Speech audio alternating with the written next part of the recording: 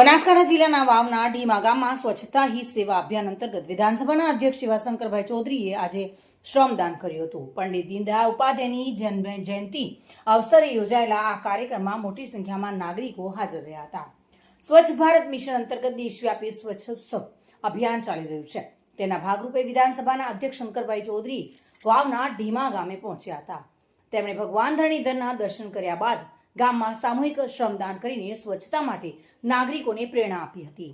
આ કાર્યક્રમ દરમિયાન અધ્યક્ષે જણાવ્યું હતું કે સરહદી વિસ્તારના વિકાસ માટે રાજ્ય સરકાર વાવના ઢીમાને તાલુકો જાહેર કરીને વર્ષોથી ચાલતી નાગરિકોની માંગણીને પૂર્ણ કરી છે.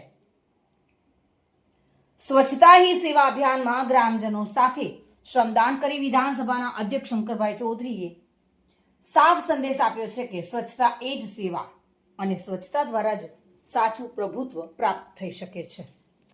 આપણા પ્રધાનમંત્રી મોદી સાહેબે સ્વચ્છતાનો મંત્ર આખા દેશને આપ્યો છે. તેમના જન્મદિન નિમિત્તે એક પખવાડિયું સેવાકીય કાર્યો માટે પૂરો દેશ ઉજવી રહ્યો છે.